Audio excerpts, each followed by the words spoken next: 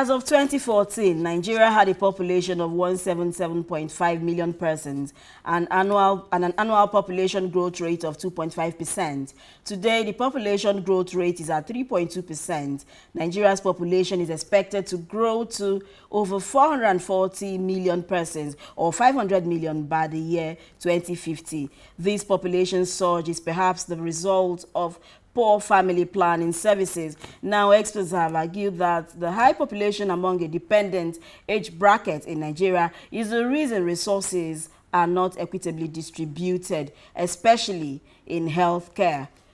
Today on Health Review, we will be discussing demographic dividends of our huge population and how family planning can further improve our population. Okay, thanks for joining us. I am Chika Onyesi. Glad to have you on the show today. It is Health Review. Thanks again for being part of the show. Do join the conversation on Twitter at Health Review STV.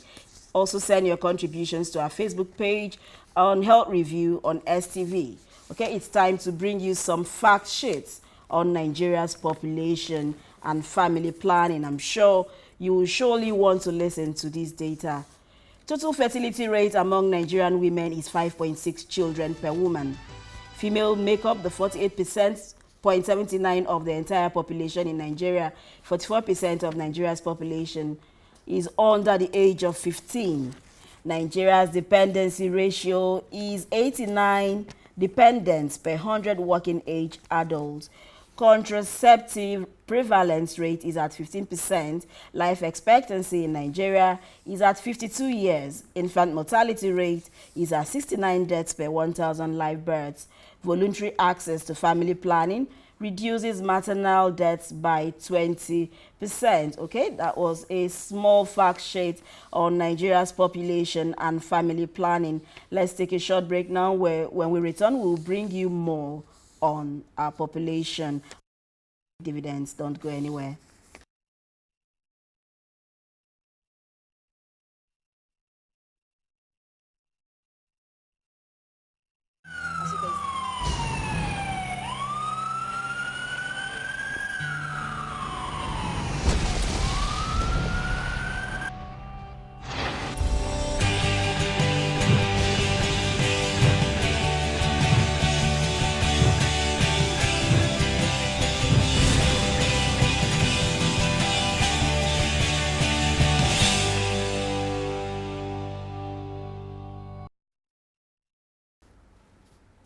Okay, welcome back to the program. I want to repeat that fact sheet because indices about our population is an important information that everybody should have.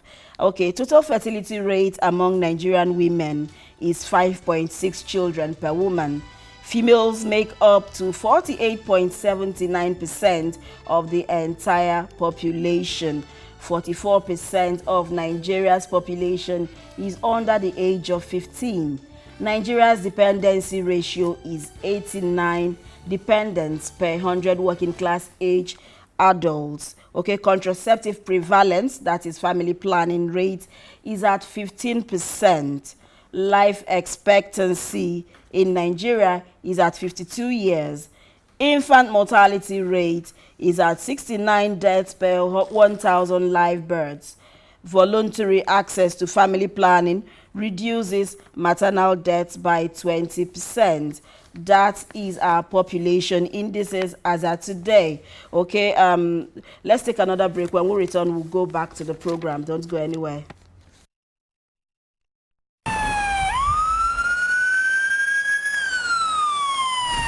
This is one of the hallways of the National Hospital Abuja. As you can see,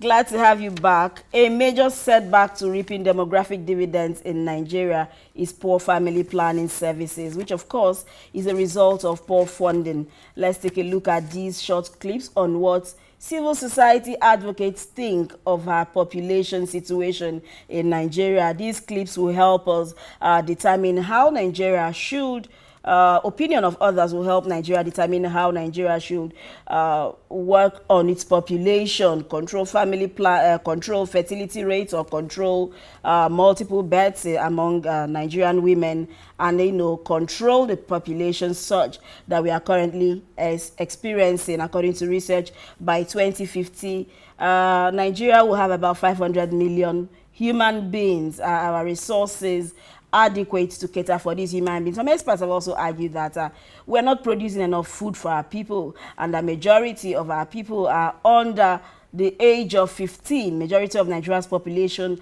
are dependent, and now from that fact sheet we saw a lot of dependents. We have about 100 dependents on one person, according to the statistics. 100 people depending on one person's resources. How is Nigeria going to sustain or gain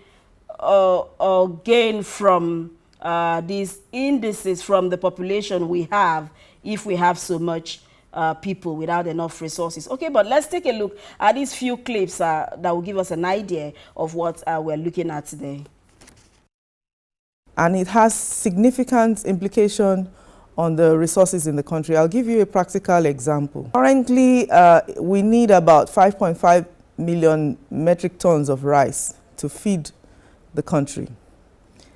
And we're producing just about 3.3 million metric tons of that. So the difference comes from imports. If our population continues abated to 2050, and we get to a population of close to 500 million, we would need about 11.5 million metric tons of rice. The question is, where is that rice going to come from? There's going to be hunger. There's going to be more restiveness. Peace and stability would be at risk. Population can be a burden if you do not add quality to the life of the people. That means you need a population that is well educated, a population that is employed, a population that is healthy, a population that has quality of life. So it's not just about numbers, it's about the quality of life and the quality of goods and services that they can render. There's a high rate of youth unemployment. When you have young people that are not dutifully engaged in school, in trade, or any vocation at all, they become what we call, this saying that the idle mind is the devil's workshop. The devil will have a lot of workshops in the minds of our people and cause them to go into militancy, cause them to go into kidnapping and all those societal vices. So as the government is covering these security issues, we hope that the upcoming population will not be faced with this kind of situation. So security for me is a big challenge, which is one of the consequences of not managing our population very well. Okay, welcome back to the program. Yesterday, the world, we're still on Health Review, of course, where we discuss healthcare delivery issues in Nigeria. Yesterday, the world marked the Population Day, and stakeholders in Nigeria used the opportunity to warn of the grave dangers associated with population explosion, which of course is where Nigeria is heading if it does not deliberately control the surging population growth. Now, where we are heading is not the issue, it's not the problem. The problem in Nigeria is what we have benefited from the huge human capital that we have currently.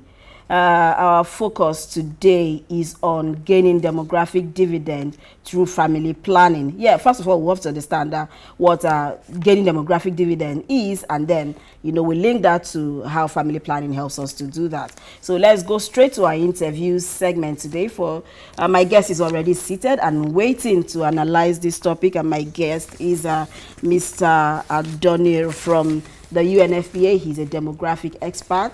Mr. Osareti Adonri is from the United Nations Population Fund. Sir, thank you for joining us. Thank you very much. Glad to have you finally on the show. Okay, sir, we want to understand, you're a demographic expert. We want to understand exactly what is demographic dividend. Since before the World Population Day and after the World Population Day, there's been so much talk about gaining demographic dividend. Now, exactly what is this demographic dividend that we're talking about, sir? Well, thank you very much for having me here. Good afternoon, Abuja. Demographic dividend is the economic advantage, the economic boom that is likely to happen when you have a population structure and age structure of a population that tends to produce more than to consume. Okay. So if you look at the structure of the population of Nigeria today, the age structure of Nigeria population, you find out that we have more people in the age group we call the dependent population. That's those people that are between the ages of 0 and 15. Basically, these are consumers. And of course, we have a very tiny population, about 3% of those who are above 60. When you add the 60 years old plus the 0 to 15 years old, then you have what we call the dependent population. If that population is greater than the population that are producing, common sense, it means that less people are producing and more people are consuming, and that is not good for development. But when we talk about demographic dividend, it's the deliberate effort of government to invest in those areas that will ensure over time that we have more people that are producing than that are consuming. Okay, would you say that right now that we have investment in those areas where we expect to benefit from our demography? Is Nigeria on that track right now? Not really. That's why we are advocating, if you are following the news, on the 6th of this month, the acting president launched the demographic dividend roadmap in order to focus on those areas of investment that can provoke demographic dividend. And basically, they are in health, they are in employment, youth employment, they are in education, and in good governance. Okay.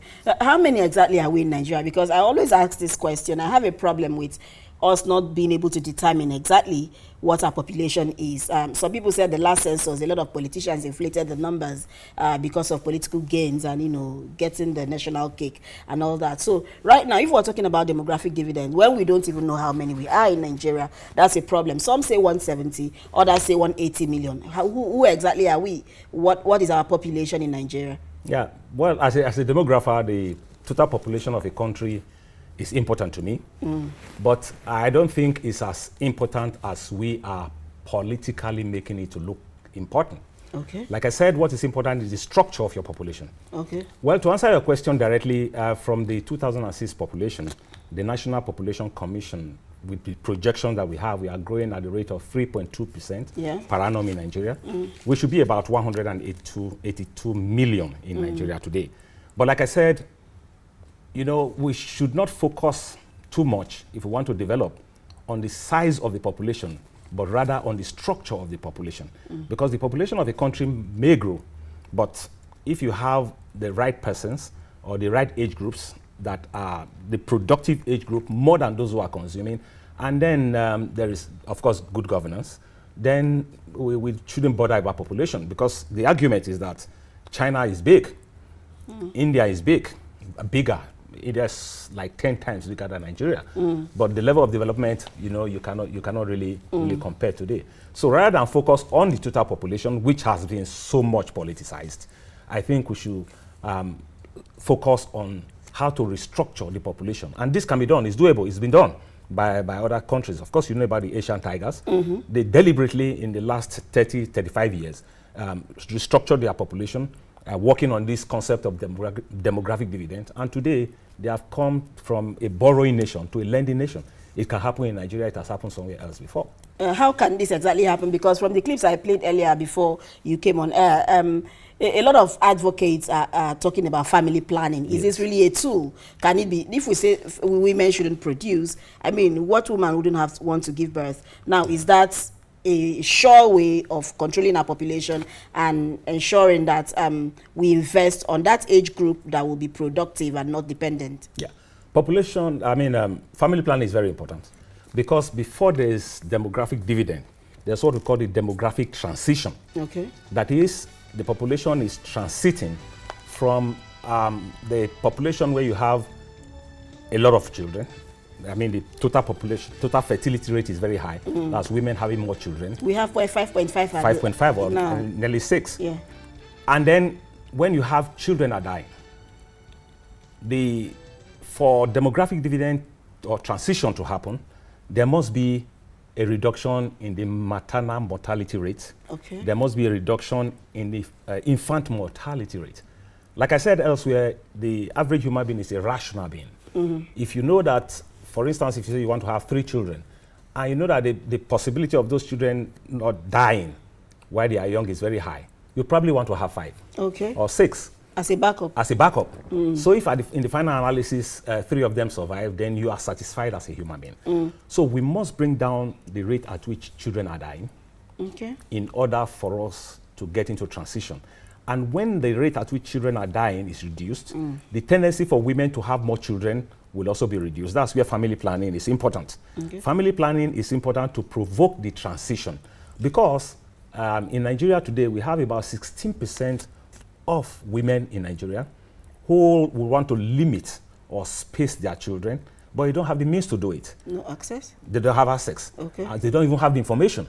So if we make family planning available and accessible, voluntary family planning, then it will help the transition. And it's only when there is a transition that there will be a dividend, if the investments are made in the right areas. In other words, can I say that investment in healthcare improves demographic dividend? Oh, yes. Okay. In fact, there are 4 basic areas we must invest if we want to reap demographic dividend. Health is there. Education is very important.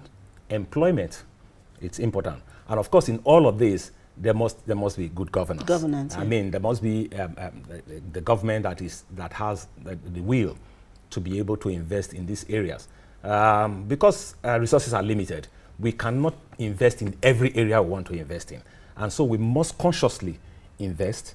Every development plan in this country must have the demographic dividend base, and hope that, in the final analysis, we're able to achieve demographic dividend. And also to say that part of the issues that some people have recognized in this country is that we don't do a lot of perspective planning. Everybody plans for 4 years, 8 years, 2 terms, and all of that. But demographic dividend is not automatic. It's not a short-term investment. For some countries like Singapore, for instance, they did this over 35 years. Really? Yes. For you to be able to begin to achieve demographic dividend, we're not talking about 5 years, we're talking about 10, 15, 20 years. But because we have the advantage of coming behind those that have done it before, we probably will not need to get to 30 years. But it's not a 4-year plan. Okay. So there is a worry that development is not equivalent to how many we are right now in the country. Is your organization of the same opinion that, we have more people, but we don't have resources to take care of the number, and then we are pushing towards 2050? Well, it's very apparent. It's apparent. At the rate at which we are growing, the population of Nigeria will double in about 18 years, less than 20 years. Now let us do a very common sense analysis. Can we double the number of schools in 18 years? That's probably not possible with our economic situation. Not possible. We cannot double the number of schools. Okay? If we are even able to double the number of schools, it means to remain in this level of our development. Okay? So it's apparent that at the rate at which the population is growing, we'll probably not be able to achieve much, in the next few years. That's where family planning comes in. Okay. That people should be encouraged to have the number of children that they can take care of. The value of children today is different from the value of children in the days of our forefathers. It was rational for my great-grandfather, for instance, to have 15 children because they have to work in the farms. But you and I today, it's not like that. Do you know the cost of taking a child to school now? So if we are all rational beings, and every human being is rational, you find out that people are, over the time, gradually preferring smaller family size. And when you have that, then the size of the population that we produce becomes bigger. And the good thing about demographic dividend, there's what we call the second demographic dividend. Because if you have fewer children, for instance, and then you send them to school, if you want to pay the school fees for your grandchildren, your children will probably tell you, Daddy, Mommy, keep your money. And you invest that money. When you invest the money, I mean, you save it, the money is invested, and then there's a boom even later in your old age. So you have time to play golf if you want to play golf, and you have enough money to travel around the country, and the money is circulating. So no matter how you slice it, I think that's the way to go. And that's why the African Union made it the theme for this year's summit, you know, investing in youth through demographic dividend. And I think that's the way to go. Nigeria is on course already. We already have a roadmap. UNFP and partners supported government through the National Population Commission to develop a roadmap, which was launched by the acting president on the 6th. Going forward, there are post-summit activities that our organization will support, so that gradually we go from the federal to the states. And if we have the political will, then we're probably on the right track. Okay, thank you very much. So there is so much we could have talked about, but our time is fast spent. But the solution to our population such problems is political will to invest in the right places, reduce the number of dependents, according to the experts, invest in education, governance, and healthcare, and Nigeria will be on its way to reaping demographic dividends. Okay, my guests have been Mr. Osaratin Adonri. He's a demographic expert from the United Nations Population Fund, and we have been discussing demographic dividends. Okay, thanks for being part of the program. But first, remember to send your contributions to our Twitter account at Health Review on STV and our Facebook page, Health Review on STV. From me and the rest of the crew, it's bye-bye.